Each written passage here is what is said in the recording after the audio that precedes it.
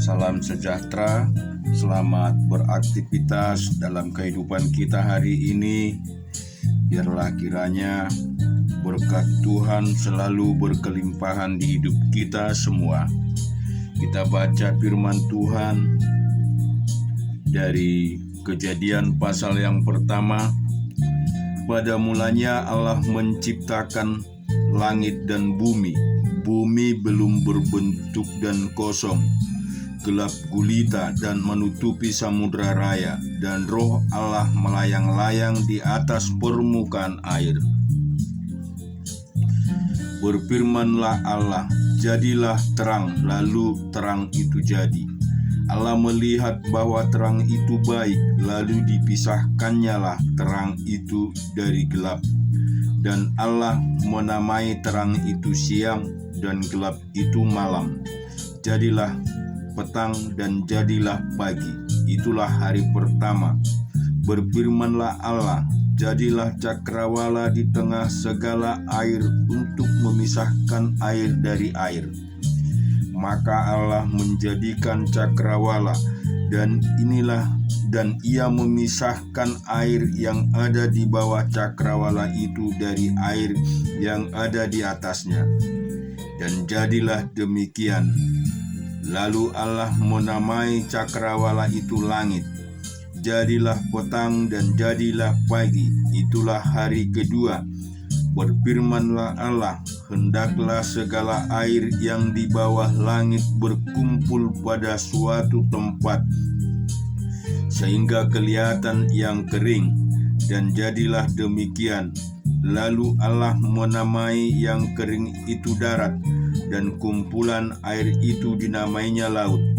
Allah melihat bahwa semuanya itu baik. Berfirmanlah Allah, hendaklah tanah menumbuhkan tunas-tunas muda, tumbuh-tumbuhan yang berbiji, segala jenis pohon buah-buahan yang menghasilkan buah yang berbiji, supaya ada tumbuh-tumbuhan di bumi. Dan jadilah demikian. Tanah itu menumbuhkan tunas-tunas muda, segala jenis tumbuh-tumbuhan yang berbiji, dan segala jenis pohon-pohon yang menghasilkan buah yang berbiji. Allah melihat bahwa semua itu baik.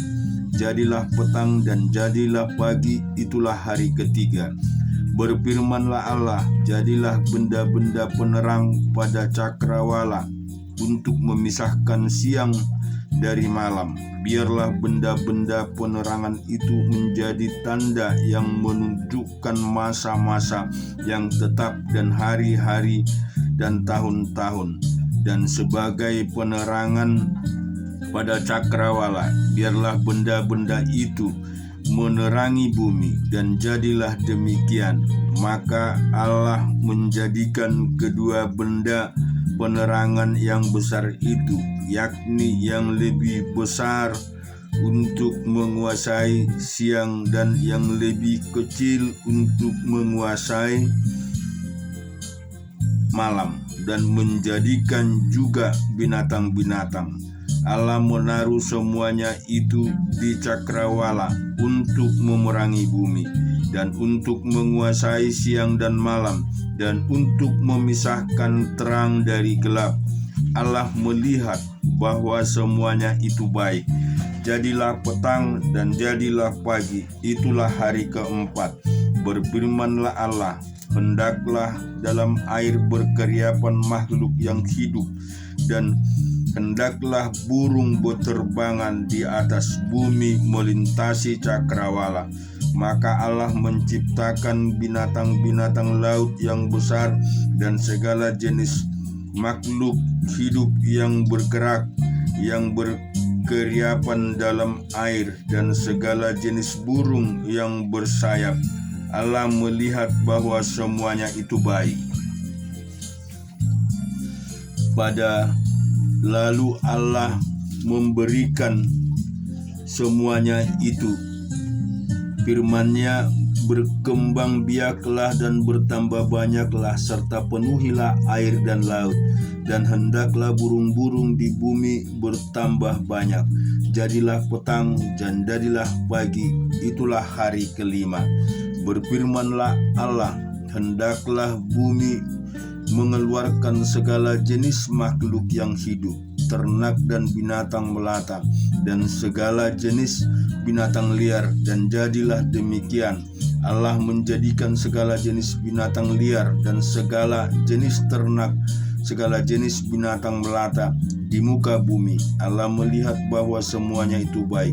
Berfirmanlah Allah, baiklah kita menjadikan manusia menurut gambar dan rupa kita, supaya mereka berkuasa akan ikan-ikan di laut dan burung-burung di udara, dan atas ternak dan atas seluruh bumi, dan atas segala binatang melata yang merayap di bumi.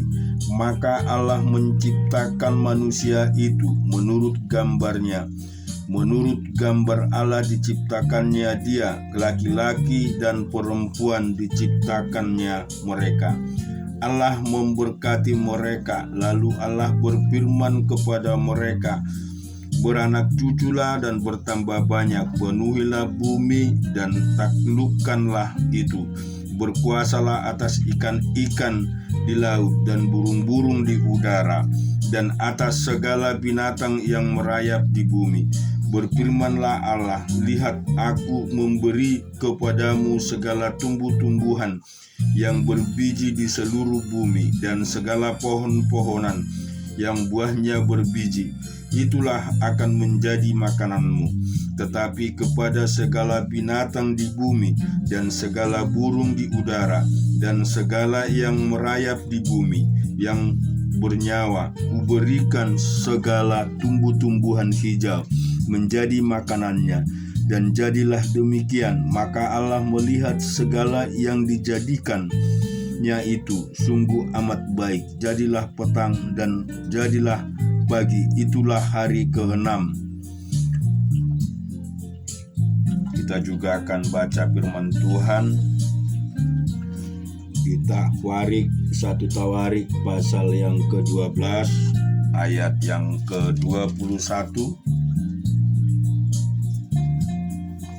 sampai dengan 40. Mereka ini membantu Daud melawan gerombolan, sebab mereka semua adalah pahlawan-pahlawan yang gagah perkasa dan kepala dalam tentara. Dari hari ke hari orang datang kepada Daud untuk membantu dia, sehingga mereka menjadi tentara yang besar seperti bala tentara Allah. Inilah jumlah pasukan bersenjata untuk berperang yang datang kepada Daud di Hebron untuk menyerahkan jabatan raja daripada Saul kepada Daud sesuai dengan titah Tuhan. Bumi Bani Yehuda yang mengangkat perisai dan tombak, ada 6.800 orang yang siap untuk berperang.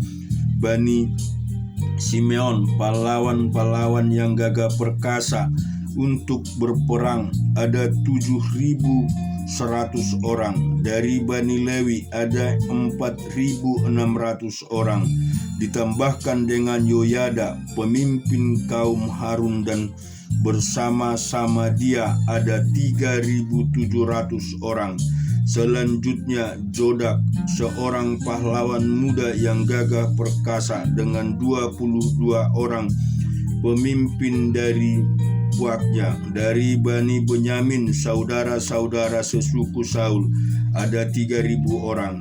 Sampai pada waktu itu kebanyakan dari mereka masih tetap patuh kepada keluarga Saul. Dari Bani Efraim 20.800 orang pahlawan yang gagah perkasa, orang-orang yang kenamaan di antara puak-puak mereka. Dari suku Manase, suku yang setengah itu, ada 18.000 orang. yang ditunjuk dengan disebut namanya untuk pergi mengangkat Daud menjadi raja. Dari Bani Isakar, orang-orang yang mempunyai pengertian tentang saat-saat yang baik, sehingga mereka mengetahui apa yang harus diperbuat orang Israel. 200 orang kepala dengan segala saudara sesukunya yang dibawa perintah mereka. Dari Zebulon, orang-orang yang sanggup berperang, yang pandai berperang dengan berbagai-bagai senjata, 50.000 orang yang siap memberi bantuan dengan tidak bercabang hati. Dari Naftali, 1.000 orang pemimpin dan bersama-sama mereka 37.000 orang yang membawa perisai dan tombak. Dari orang dan orang-orang yang siap untuk berperang 28.600 orang. Dari Aser, orang-orang yang sanggup dan yang pandai untuk berperang 40.000 orang. Dari seberang sungai Yordan, yakni dari orang Ruben, orang Gad, dan setengah suku Manase yang lain, orang-orang yang membawa berbagai-bagai senjata perang, serta 20.000 orang, sekaliannya itu prajurit-prajurit, orang-orang dalam barisan tempur, datang ke Hebron dengan tulus hati untuk mengangkat Daud menjadi raja atas seluruh Israel. Mereka memang juga seluruh orang Israel yang lain dengan bulat hati hendak mengangkat Daud menjadi raja. Mereka tinggal di sana bersama-sama Daud 3 hari lamanya, maka makan dan minum, sebab saudara-saudara mereka menjadikan makanan bagi mereka. Juga orang-orang tinggal dekat mereka, bahkan dari Isakar, Zebulon, dan Naftali, membawa makanan dengan memakai keledai, unta, begal, dan lembu, yakni bahan makanan tepung, kue ara dan kue kismis, anggur dan minyak lembu sapi, dan kambing domba dalam jumlah besar, sebab ada sukacita di Israel. Kita juga akan baca di dalam Yunus pasal yang pertama. Datanglah firman Tuhan kepada Yunus bin Anitai, demikian firman Tuhan.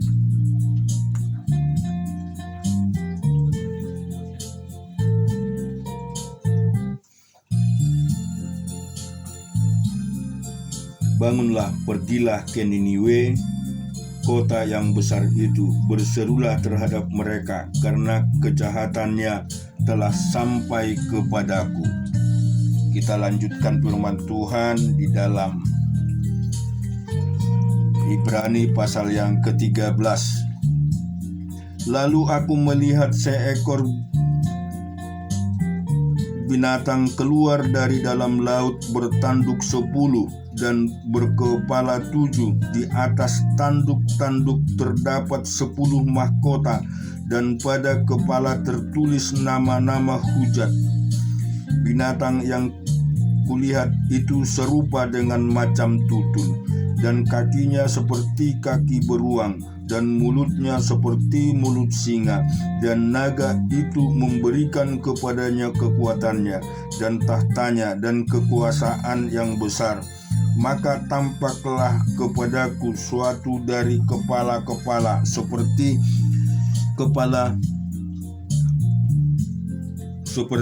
kena luka yang membahayakan hidupnya, tetapi luka yang membahayakan hidupnya itu sembuh. Seluruh dunia heran, lalu mengikut binatang itu, dan mereka menyembah naga itu, karena ia memberikan kekuasaan kepada binatang itu. Dan mereka menyembah binatang itu sambil berkata, siapakah yang sama seperti binatang ini, dan siapakah yang dapat berperang melawan dia? Dan kepada binatang itu diberikan mulut yang penuh kesombongan dan hujat. Kepadanya diberikan juga kuasa untuk melakukannya 42 bulan lamanya. Lalu ia membuka mulutnya untuk menghujat Allah, menghujat namanya dan kemah kediamannya dan semua mereka yang diam di sorga.